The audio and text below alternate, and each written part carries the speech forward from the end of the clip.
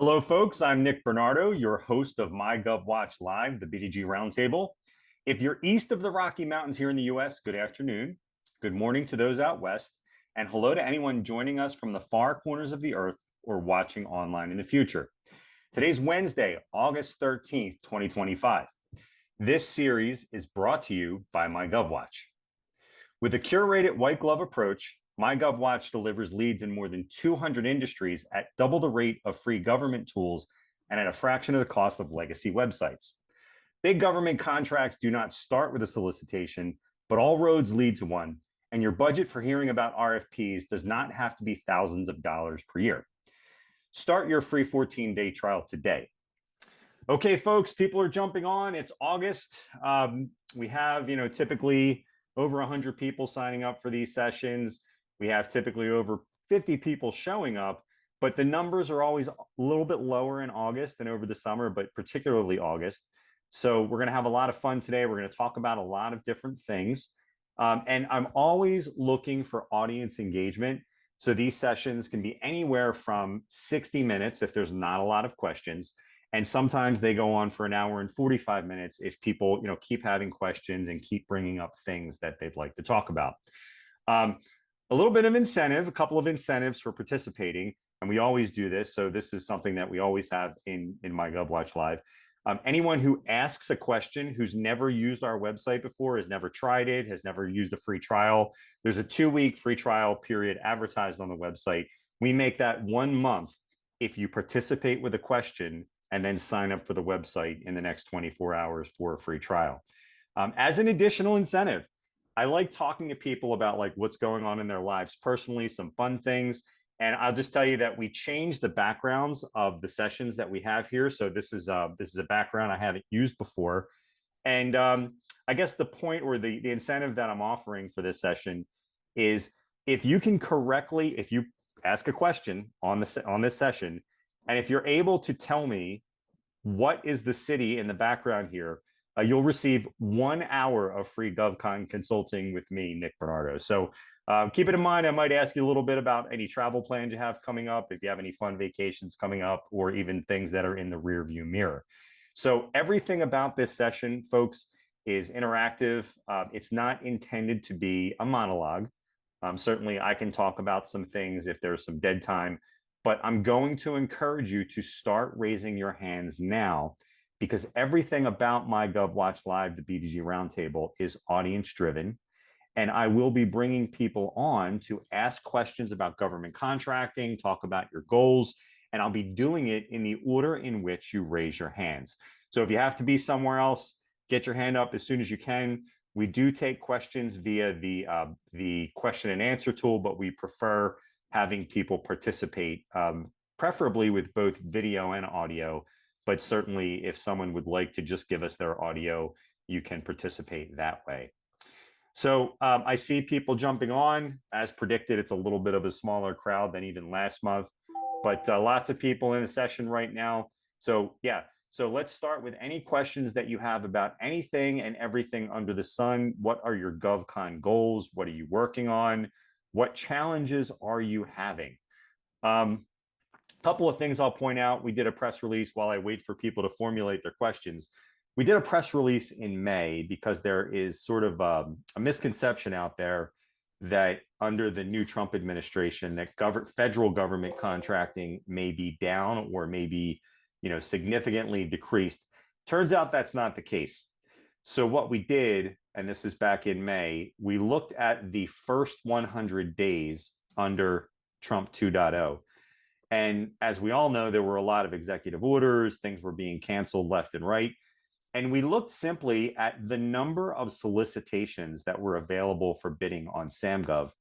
And we compared it with the previous year, the exact same 100-day period. And then we looked at the same period in 2023.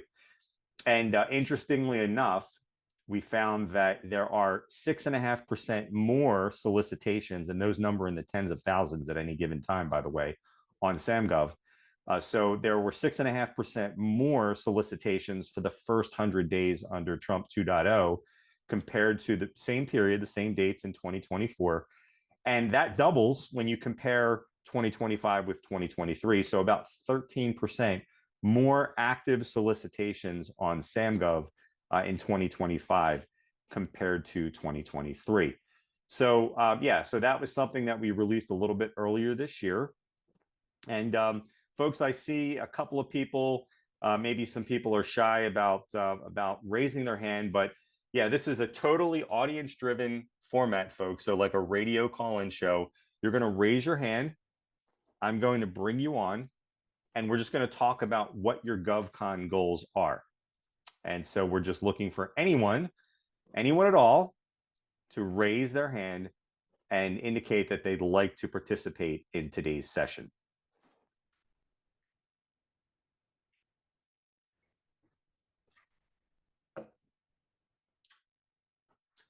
Typically, we have people raising their hands, and it might take 10 or 15 minutes to get to you, but that won't be the case today.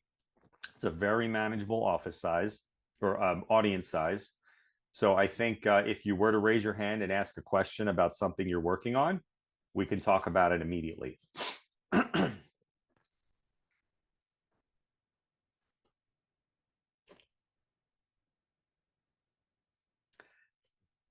I guess I'll talk a little bit about something else that we have in the works while you try to formulate maybe some questions that you have around government contracting. And I'm just going to talk a little bit about sam.gov.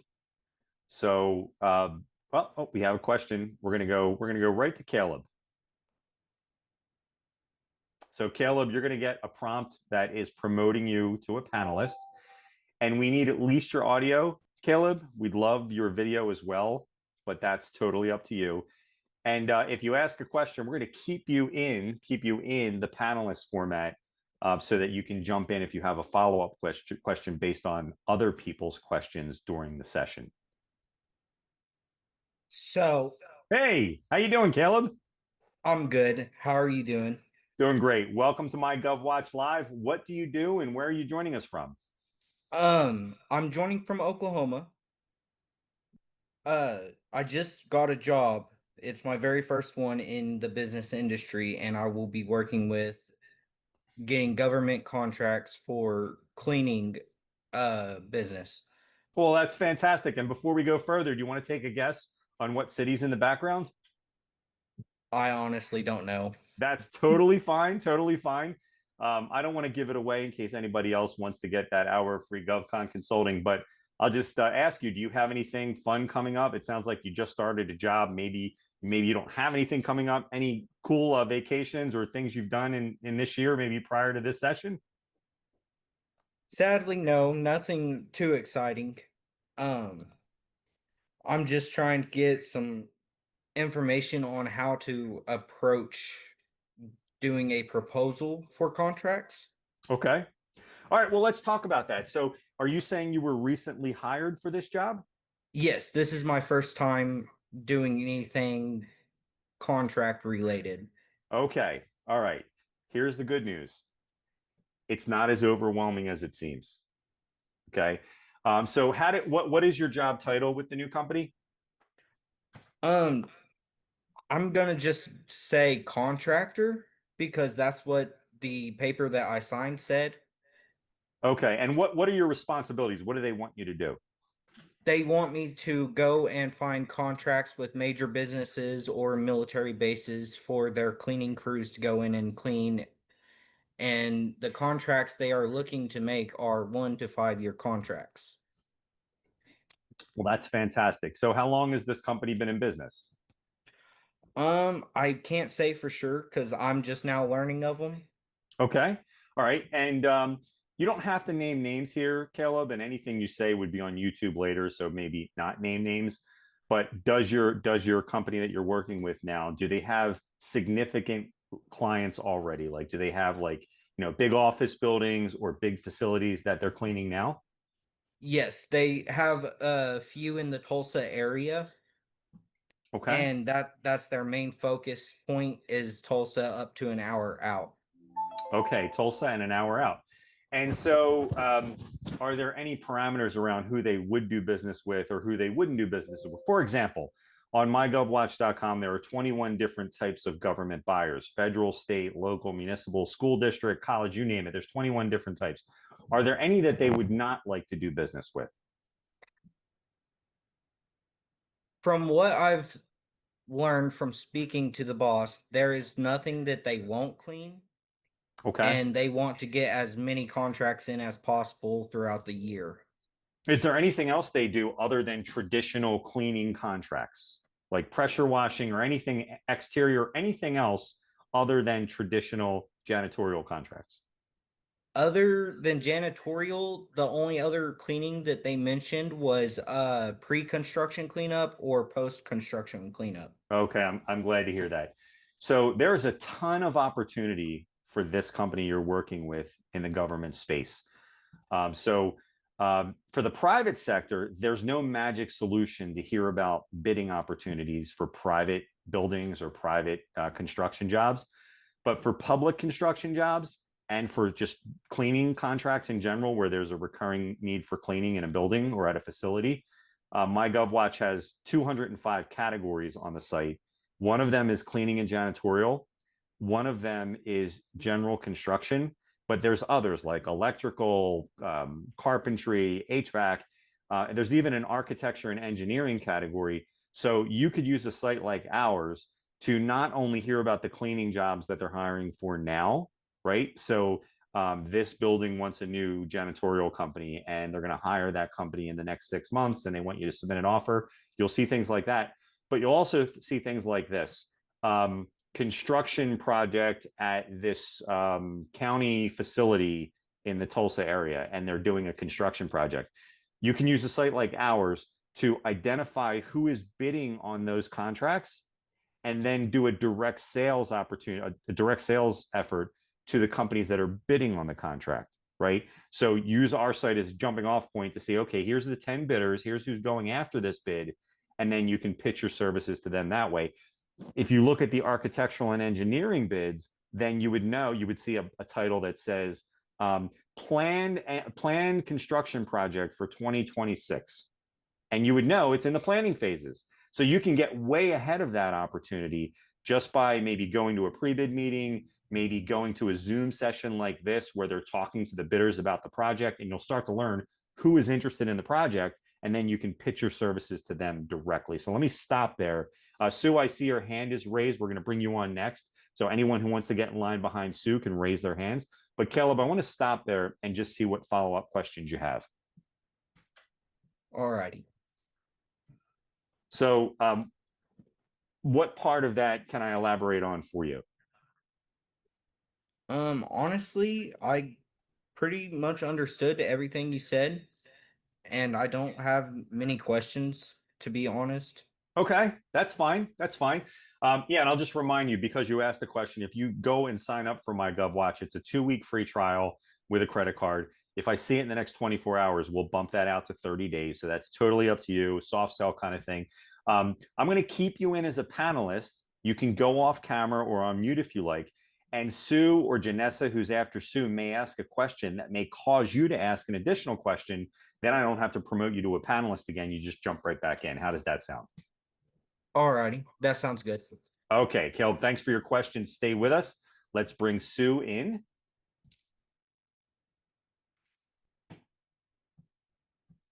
And Janessa, you're right after Sue.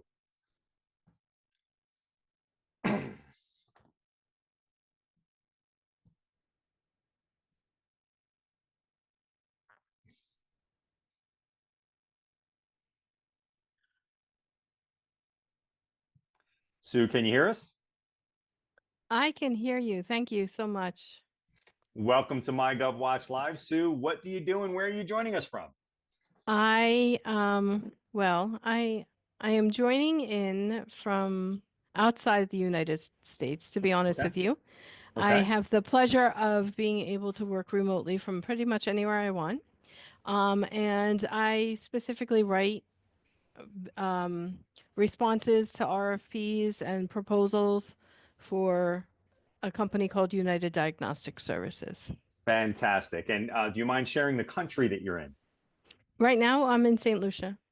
Fantastic. I just had a family party And my lovely niece, who may see this video later, she just told me she's planning a getaway to St. Lucia. I haven't been there, but I understand it's paradise. I've been to a lot of places in the Caribbean. What Yep. made you choose St. Lucia? I actually came down here for work and then ended up, staying. That's kind of what happened. Yeah. Fantastic. And would you like to take a guess about what city I'm visiting with my teenage son next week? You know, at first, when I first looked at it because of the river, I was like, oh, San Antonio, but then that's not San Antonio. Um, That's technically your guess. yeah, that's my guess. Okay. So what sort of questions might you have, Sue, about government contracting? So, I've been responding to our RFPs for quite some time now, and I've been pretty successful. Um, we are our niche market. The company works predominantly with local, municipal, and state contracts.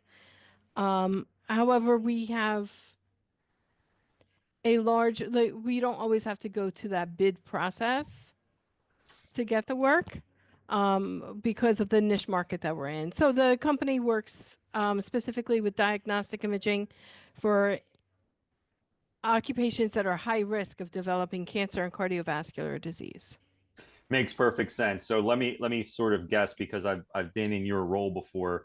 I've actually had your job with different companies, so I understand exactly what you do.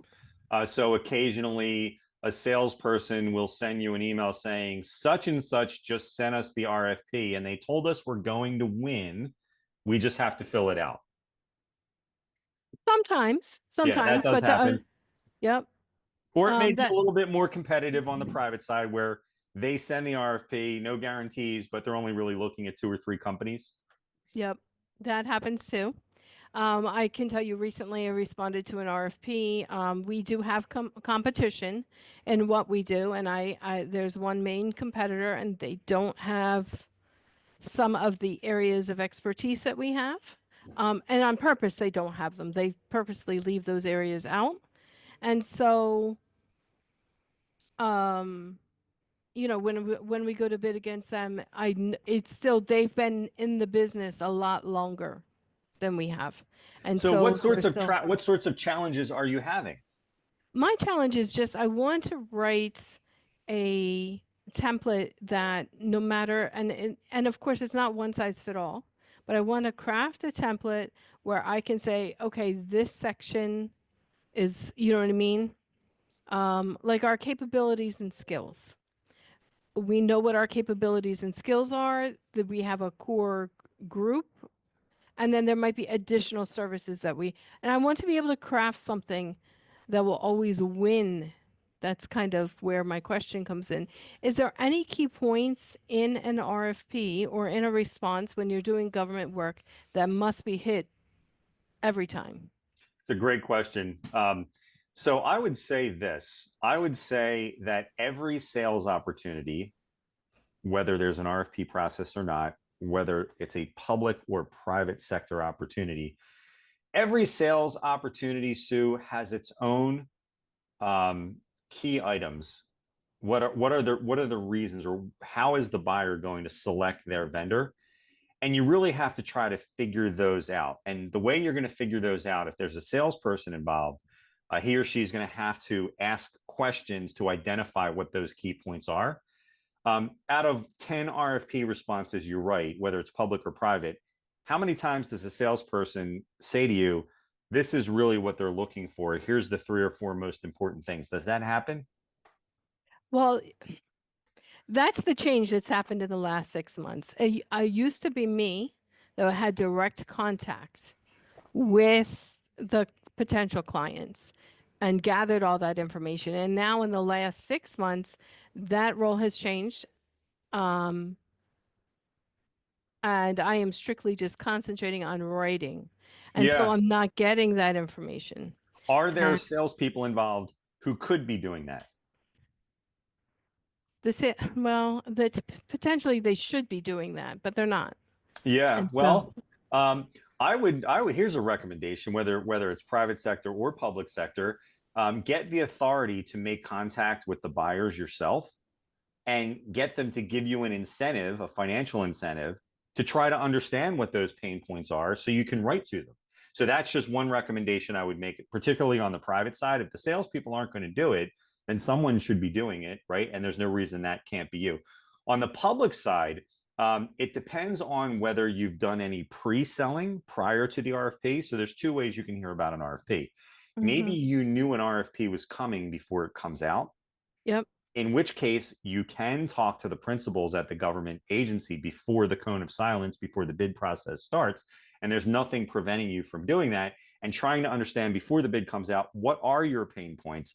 Because those may not be adequately conveyed in the RFP document.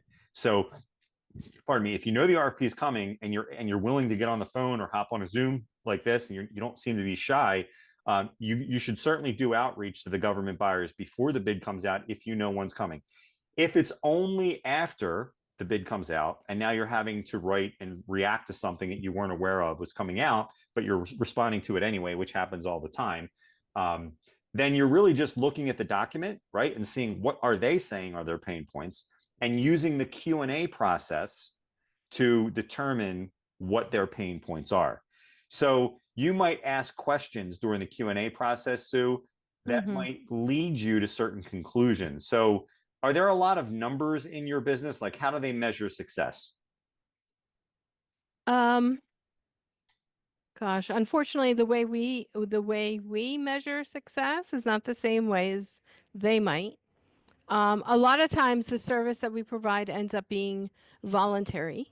It's not mandated because they cannot mandate it. So but individuals want to go through the service because they want to find out early about cancer and cardiovascular disease. In that regards, that's how if we have a higher rates of what we call high risk abnormalities found, then that screening was that, that service was more successful. Okay. Because we were able to catch more items early and people have a longer chance to live. I would say that I would focus, if you didn't know the RFP was coming out, I would focus on the formal Q&A process to just ask questions of the buyer and just directly ask them, what is most important to you in a vendor? What are the main, if they haven't put it in the RFP in particular, maybe it's just very vague in terms of how they're going to score it. How are you going to pick your vendor? What are some things that are important to you in a vendor? I would use the Q&A process to try to get at that answer when you didn't know the RFP was coming out, but you're responding to it anyway.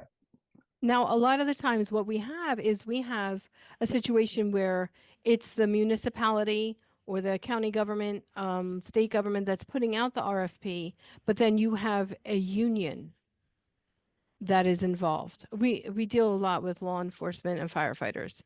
So the union, and I'm actually in the process of writing an RFP that's due on Friday, finalizing it. And the union was very dissatisfied with their last provider for the service. But the county itself, they said it was fine. And so this becomes my next challenge because I know what the union's pain points were, but they're not the ones making the final decision. However, as a skilled copywriter, you know how to put an idea in writing that may talk about something in a very subtle way, right? And how would you refer to union members if you were writing? Would you call them constituents? Would you call them members? What would you call them We call them members. Sorry, so you would talk about how your services, if you have any other clients where where you can document or demonstrate that the members were highly satisfied. I would just do that because if you know that that's a pain point, I would be talking about that everywhere in the response where you can. Okay. All right, great. All right. So, Sue, will you stay with us? And you can stay on camera, stay on audio if you want to maybe participate when I bring Janessa on here, or you can go off camera and then jump back in when you're ready. Totally up to you. Okay, great. No problem. All right. Let's bring Janessa in with us. We have lost. Well, let's just see if maybe I clicked on the wrong person. Let's bring Janessa in. And Gianella, that was an accident. You can either refuse that request or you can join us as well. And we would bring you on as well. But let's talk to Janessa. Oh, are you able to hear me? I think I Hi. might. Yeah. Give me 1 second to fix my camera. My apologies. No problem. No problem.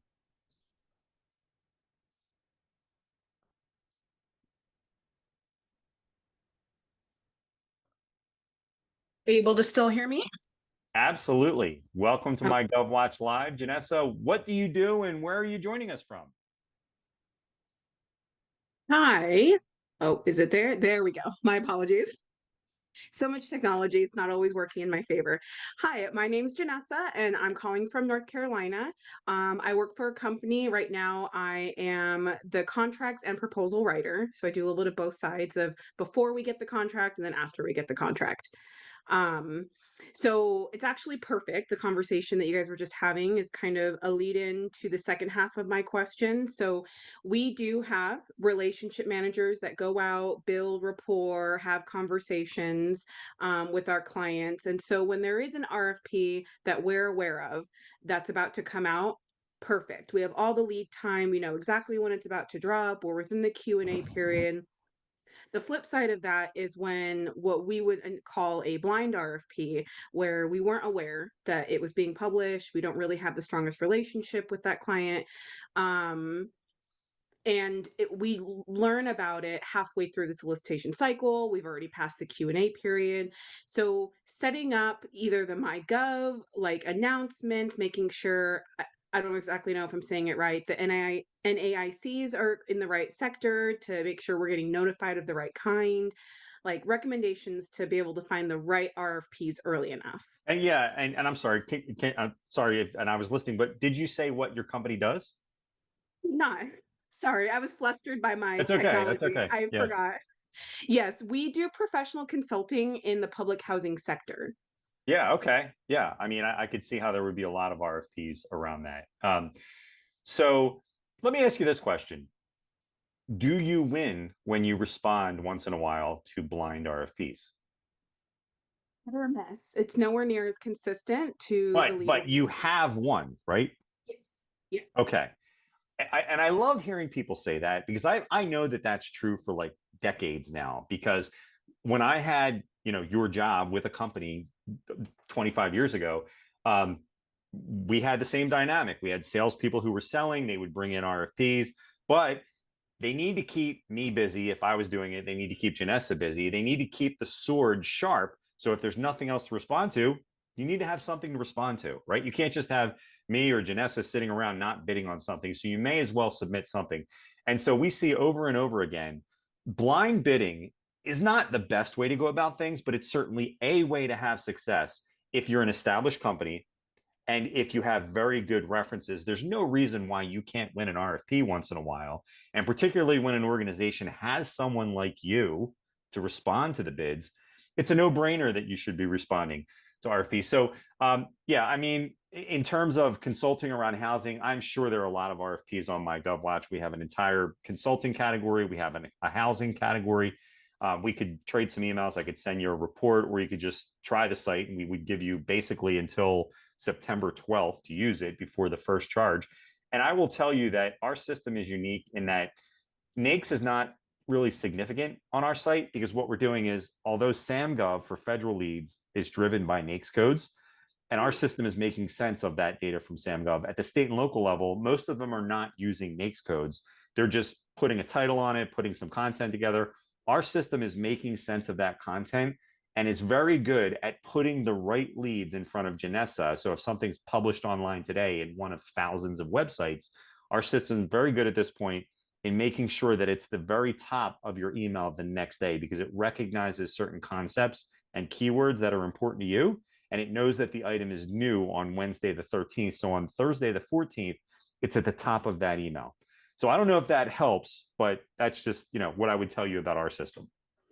Guys, I was curious then if there was, I think we attempted to in the past. I'm not entirely sure all the efforts that were made, but I know it was a conversation that the person that currently receives the emails, is no longer the email that it should be going to, and how to kind of transition that to a person that could be monitoring it now.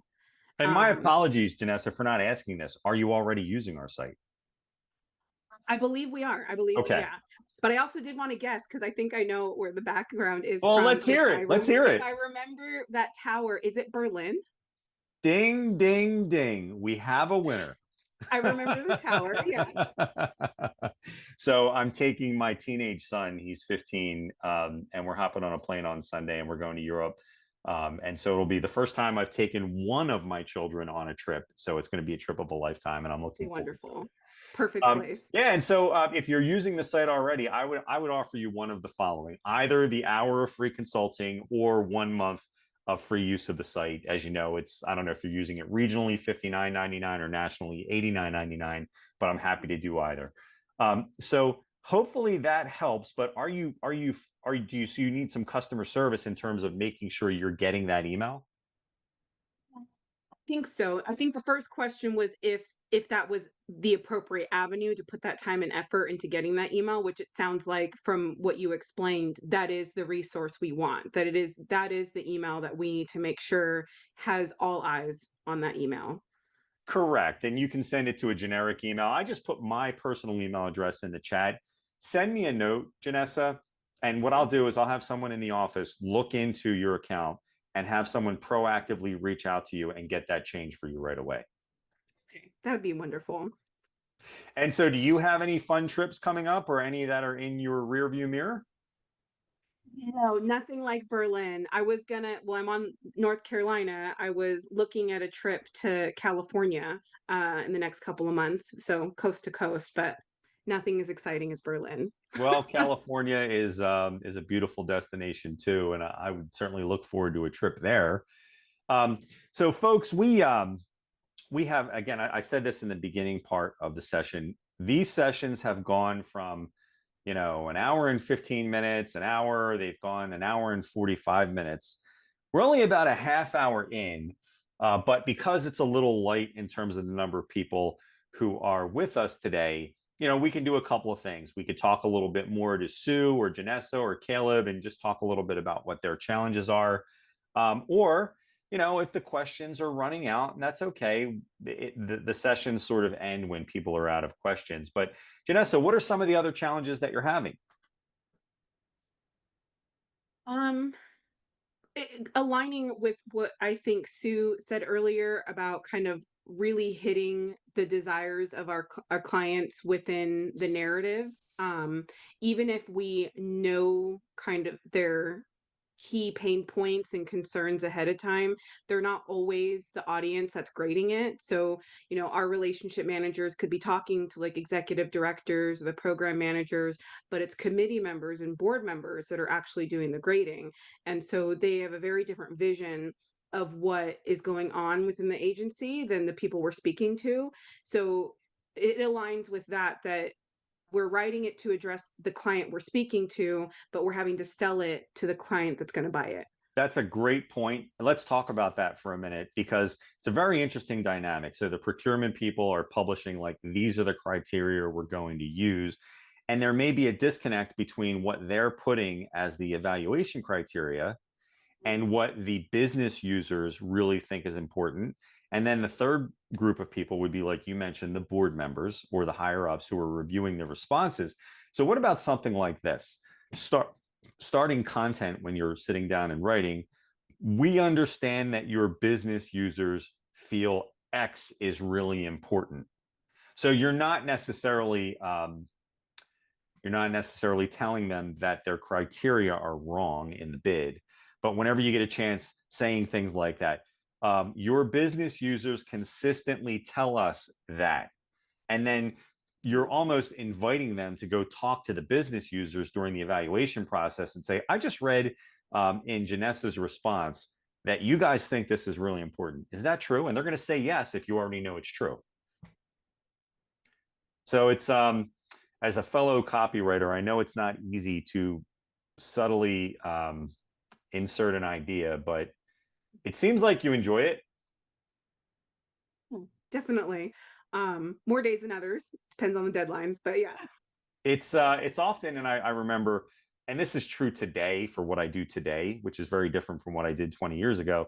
But when I was writing a lot of bids, it was hard to explain to people what I did. Do you find that like at family gatherings?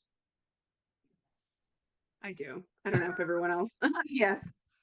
Well, and my wife, who we've been married, it'll be 18 years in October. Um, Probably until about 5 or 6 years ago, she would like have a hard time explaining to other people what I do.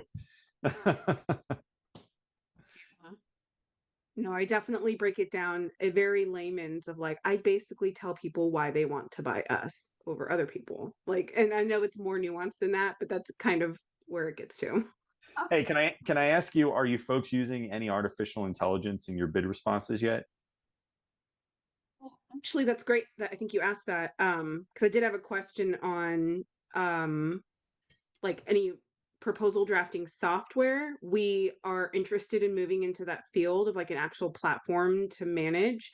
Right now, it would just be kind of whatever AI is available to assist me. Like I would do it section by section for anything that I felt needed a little more like chutzpah in it. But there's Yeah, nothing that as so a whole just kind of addresses it. yeah, it's interesting. We're going to be developing some tools around proposal development and AI for proposal development. And we're seeing that there's just not a lot of tools out there yet. I mean, we're at the very early stages of this part of deployment in AI across the economy. I think it's coming. I think in 10 years, your job will be very different. So can I ask, like, how many RFPs do you work on in a month or in a typical week? Um, so for the formal solicitations, because we also do a series of informal where it's just a direct ask from the client. So on a formal solicitation in a month, I would say we probably do between 5 and 8. Yeah, I wouldn't be surprised if in 5 years the expectation is that you're kicking out 12 to 15 because they know you're more efficient at it. And I don't think it's going to cost proposal writers their jobs. I think the expectation will be that you're able to crank out more work. But Sue has an opinion. Sue, what do you think of all this? Actually, I do think that AI will make our position in writing them easier. But I agree with you. I don't see us losing any jobs over it because, well, at least the bids that I see and the proposals that I have to write, they're all the order that they want their tabs in is always different. And sometimes they want different content in them as well. And so just that fact, I mean, you can have it, like I was saying earlier, make a template, but it's not going to be the same from proposal to proposal. So Do they still have requirements that say everything must be signed in blue ink? we Sometimes don't. Yeah. I'm seeing it less and less, but sometimes. Yeah, it's interesting. And out of 100 proposals these days, and even though we have all the bids, I'm not studying them. Um, Out of 100, how many are electronic submissions these days? 90. 90? Not for well, we've had a few recently where in the last month I've had to prepare 6 and half of them had to be manually mailed in with a thumb drive of the same bid on it.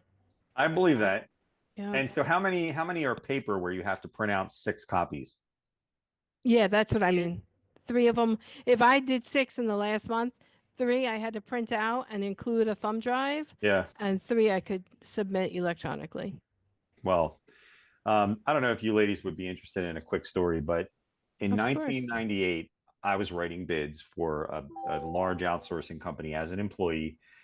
And it was one of these things where I had to get the box of 7 proposals, and this was to the state of California. Um, I had to get the box to the FedEx location by like 6:55, or it wasn't going to make the deadline. And so I had spaghetti in Tupperware that day for lunch in the cafeteria at the office.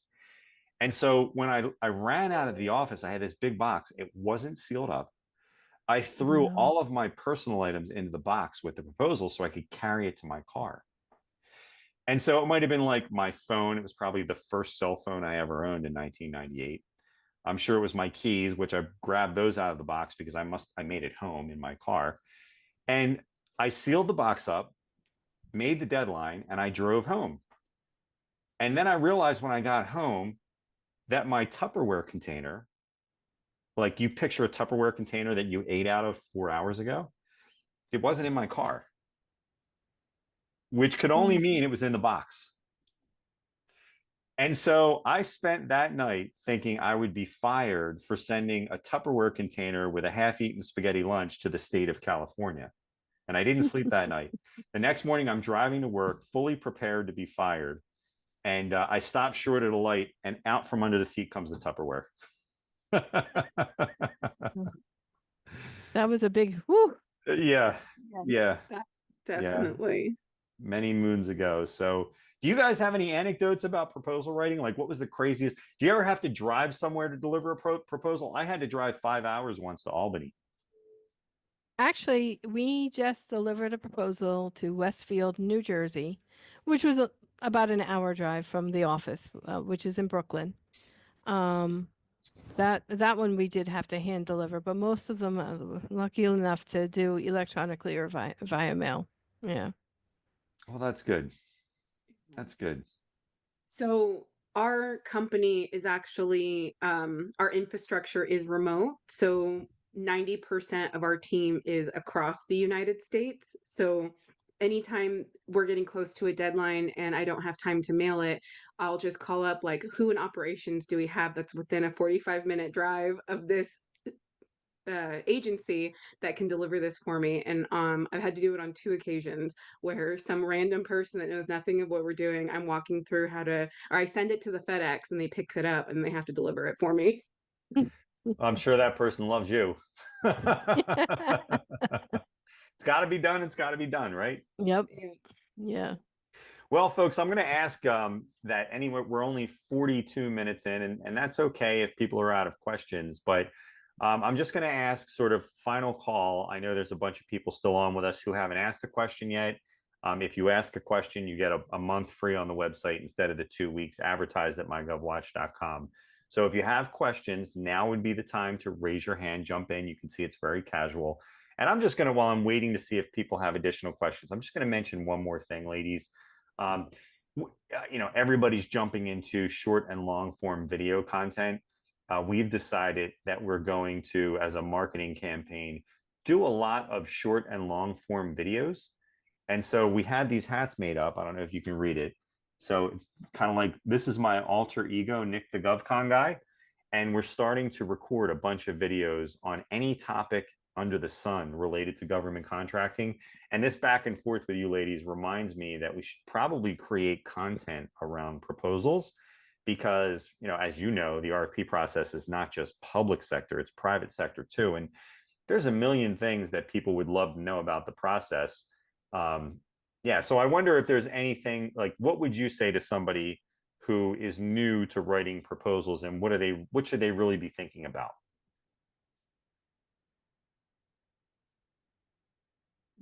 It's an interesting lifestyle, right? Yes, it is. Yeah. Should they be ready? The idea of like the first one's always the hardest because especially if you're in like a niche industry versus if you were like a contracted writer where you had to write a different subject every time. But if you're writing for the same type of proposal every time, that first one's going to be the hardest. So getting really strong bones on your first like template effectively, as Sue said, to make sure that you're really capturing like all the core details of what your company does. Because then from there, you're just kind of adjusting it and tweaking it for the nuances of each proposal. But that first one's hard. Absolutely.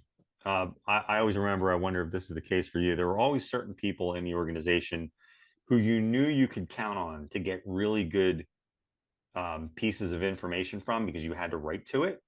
And then there's certain people in the organization who it's like pulling teeth. You can't get the details out of them. And I wonder if you see that dynamic as well. We're not naming names. Yeah. I guess that would be the second half of it, is really understanding who your subject matter experts are, of who you're going to go to within your company, and they know that who you're going to. Like, if you just start bombarding this person with questions and they don't realize like they're the it person, they may not answer them in a timely manner. Yeah. Yeah. And knowing how to ask a question, I always found that to be super important. Like, not like yes or no questions, but like, how do you do this so I can write about it? Yeah. That is true. That is true. I find when I am writing, part of my problem is a lot of the folks that I'm asking those questions of, they are always on the move. Um, our company has a lot of travel involved with it. So they never have time to fully answer. They know the full answer, they just don't have time. So it's like you said before, it's like pulling teeth, Nick, to get that information out. It's totally, yeah, difficult So sometimes. in the old days, I would tell people that I need the answer 2 days before I really needed it. Is that what we're still doing? Yeah. Well, no, But a week. Yeah. they've learned to ask, when exactly is this due? And I'm like, well, when it's due is not when I need this Yeah, by. this is when I need it. No, Well, I typically aim a week before, so that way the last few days I'm not totally stressed out trying to punch it in before the deadline, you know? we do have a question that someone has typed, and this is from Gianella. Gianella, thanks for signing up for a trial recently. And Gianella says that she currently provides regular cleaning services for clients such as, well, she mentioned some brand name companies, very well-known companies they provide cleaning services for. Could you please guide me on how we submit a bid or propose through the platform? So Gianella, I'm going to answer it this way. MyGovWatch is a clearinghouse for bids that are being posted all over the internet. Okay, so you would not be submitting your proposal through the platform. The value that we're providing is letting you know that the bids are available very quickly. So if someone in your part of the country, or maybe it's national, advertises today that there's a large cleaning contract, tomorrow you will hear about that. And that's the value, is the notification part. The buyer will tell you where and how to submit your offer. And as Janessa and Sue are describing, it can run the gamut. It can be all over the place. So it may say in the doc, you have to go find the bid documents, right? You're going to click on the lead source button on our site. It's going to take you to wherever the bid is posted. And once you find the documents will tell you whether it's an electronic submission, which apparently is 90% of them today, or whether you have to submit 3 copies, or whether you have to submit a thumb drive electronically or email a certain person with only 1 PDF. So the buyer will tell you where and how to submit the RFP response. Gianella, I don't know when you signed up. If you signed up literally today, you'll get a phone call by Friday where someone will offer some support or a Zoom session. We're big on hand-holding here with anybody who signs up and helping them make sure they know how to use the system. So thanks for your question, and please type another one if you have one. So I'm going to close that one out, and let's just see if there's anything in the chat. Yes. Okay. Thank you, Sue, for pointing that out. So folks, I don't see any other hands raised.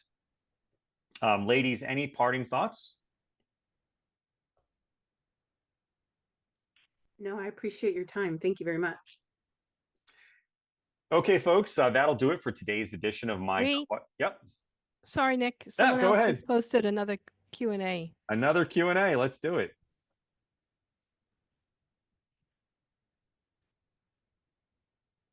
Okay, so Samuel is asking, what are the biggest do's and don'ts for responding to RFPs for those just starting out? Are there things that you want to avoid saying in a proposal? I'm going to answer, but I'm going to encourage Janessa and Sue to answer as well. So what are the biggest do's and don'ts for responding to RFPs? Do create a list of every single requirement in the RFP.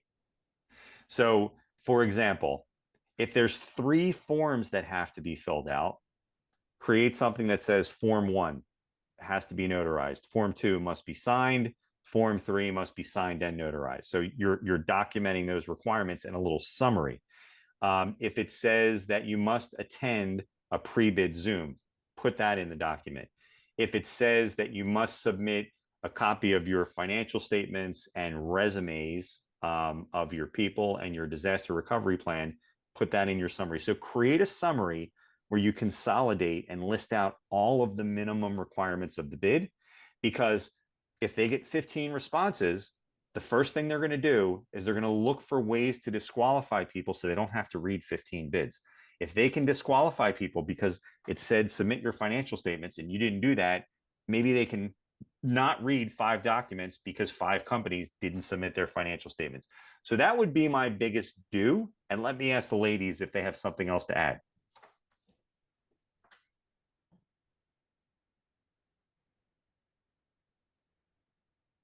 Do identify the buyer's pain points and read the document closely, read the questions and answers that are released as a part of the process, and figure out why do they have this need and what are the most important things to them, and what should I be talking about in the proposal. So that would be another do. I did just think of one. I'm sorry. Go ahead. Before you submit, always check one more time for an addendum. Before you turn it in, before you mail it, anytime, always check if there's been one last change. Yes. Yep. And Janet says, and Janet, who's in the audience, do submit no matter what. Another one. Go ahead. No, I was going to say, and do make sure that you read through it. And especially if you are using a template, read through to make sure that any direct names of the municipality or the private sector that you're reaching out to has been changed. Yeah. Yeah, and probably another one I would say, do have someone who is not you perform Q&A on the response, because this is something that I saw a lot in my career where everything's put on one person, and I always felt that that wasn't fair, right? So if you are the one doing the writing and putting it together, get someone to commit to give that person your summary of all the requirements. Say, here's 2 pages of everything I have to do, 30 questions, whatever it is, and say, can you please look at this before I submit it and make sure that I did everything it says has to be done. So a second set of eyes. And just one other point, sort of off topic for a minute, Nick, but you mentioned making that list. I will say, as you brought up, as we discussed AI earlier, that is the one thing I do use AI for right now, is I actually take the bid proposal, their wants, and I put it in AI to make that list for me. You say, create me a list of minimum requirements? Well, my exact prompt, is review this for all the requirements, needs, and pain points that need to be met. And do you ever find that it's incorrect, or to what extent do you find it to be incorrect? Actually, no, I have not found it to be incorrect. I might have to do some more prompting in certain areas, depending on how the RFP is written. So there are times when there's not enough information. It's more, like that one I mentioned earlier where we had to drive an hour to drop it. It was 15 pages long, their initial, document, and 10 pages was just the city agreement. So, and the actual scope of service and the actual requirements were like 3/4 of a page. So we had to do a lot of prompting on that one to see, okay, what do we really need to look for here? Well, and that's just a good example of where AI is headed. And so kudos to you for getting ahead of that curve. Thank you. And I don't oversell the company. Sometimes when you boast too much, this has just been my experience, when you boast too much, they start looking for where your faults are. That there's certainly some validity to that. I would add to that, if you are boasting about your company, think of it like a personal resume. And one of the main things they tell you about your personal resume is anytime you can quantify your success, you should do it. So that's the same in an RFP. If they ask you a question, ask yourself, how can I give them an answer that quantifies our success? So anytime you can quantify your success, you should try to do that. Would go along with the don't overselling is also don't oversell what your company will actually provide. So if the company will only do X, Y, and Z, don't sell A, B, C, D, X, Y, and Z, because then the customer will be very disappointed. Yeah, or they may hold you to That's something true. that they weren't even asking for. Yeah. We have something else in the Q&A. Go ahead, Sue. No, I was just going to say, and with that, yes, with the not overselling, what you will do is also if they have requirements that you know that you cannot make sure you put that in your response as well. You know, I know like for our particular situation, test result times, getting back the diagnostic test results from a doctor, you can't force that to come back any faster. So, you know, we have folks that sometimes give us unrealistic timeframes that they want results back. And I will tell you, my boss is a yes man, and he'll say, "Oh, of course we can do that," and I have to sit there and say, "No, we cannot." Well, So, we do have one more question. Janet has a concern. Do you have any confidentiality concerns about uploading your proposal to AI? And I would just say, Janet, I'm just going to answer for Sue. I think what Sue's alluding to is she's uploading the RFP, not the response to the RFP. Now, I imagine you probably could do both, right? You could say, here's an RFP document, here's my proposal. Please tell me if there's anything that I'm not doing that the RFP document says I should be doing. I guess you could do that as well. But do you have any confidentiality concerns about AI, Sue?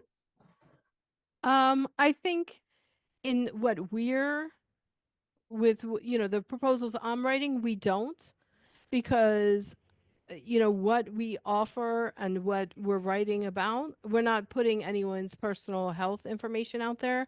All we're doing is basically listing the same services and the same information in an expanded format, of course, but that's on our website, on our socials. You know, when we speak at conferences and host our screenings, all of that is, you know, the same information. We've been on the news for what we do. So that's the same information that's out there. So that respect, I don't. But there are some areas, like you were talking, if they require financials or if they require background checks to be included, those type of items I would definitely not include in there. That's my.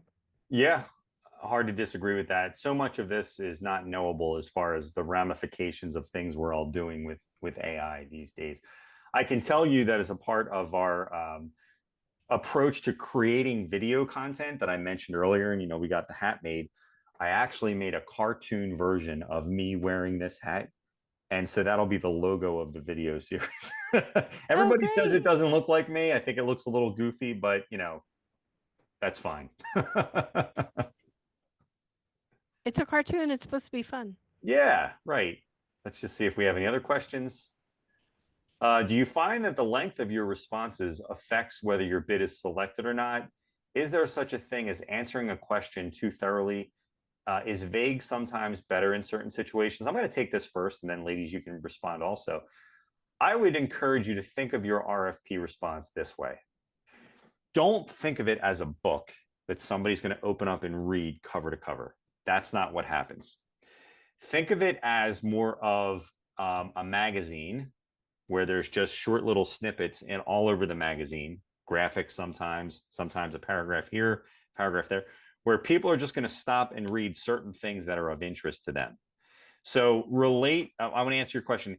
Wherever you believe the pain points are, that's where you should give the most thorough answer possible. And that's where you should try to document and quantify success that you've had, where the pain points are. be less concerned about the duration of your response, the length of your response, unless they say that there are page limits either for the entire document or for certain sections. Ladies? No, I agree. Usually if they're concerned about the page limit, they will put a cap on how many pages you can put on there. So that's one of the first things I do look for, is if there is a limitation on that. Otherwise, I try to, the information that's really important for them to get from each section, you do try to make it almost like an magazine ad, where it stands out, either how it's placed on the page with images of a table of graph of that quantifiable information, or you have headers, or you have other things. So if someone is kind of skimming all the 12 different tabs of the proposal, and for each page, their eyes drawn to the really important information that's on that page. Yeah. And I will say, I do Yep. need to leave, but thank you so much for your time. I do have another meeting. I really appreciate all of your time today. Thank you, everyone. Janessa, grab my email address and please be in touch. Absolutely. Thank you, Take Janessa.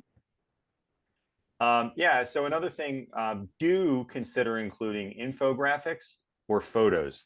So if you're in a business where maybe it's manufacturing, maybe it's personal services, if it's a healthcare environment, take pictures, certainly get releases if you're using real people, they permission to use the photos for marketing purposes.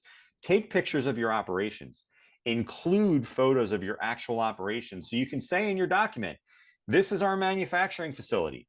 This is us at a job site. This is our office where we see, patients, or whatever the case may be. If you have a unique process or something proprietary, make an infographic around it. So people hate reading large blocks of texts. People don't like reading RFP responses, even if it's their job, even if they're a board member.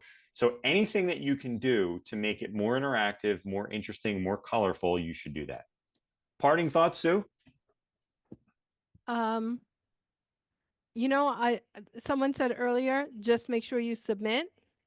And I agree with that 100%. Just make sure you submit. And Nick, I want to thank you for having this. I appreciate being on here with you guys and being able to ask my questions. And I love MyGovWatch. It gives me all my proposals real easy. Well, Sue, I appreciate that endorsement. The check's in the mail. Folks, that'll do it for today's edition of MyGovWatch Live. Remember, if you're not already a subscriber, start your free 14-day trial at MyGovWatch.com today. Also, if you want to win more government contracts for less, you'll be glad you did. Thanks, everyone.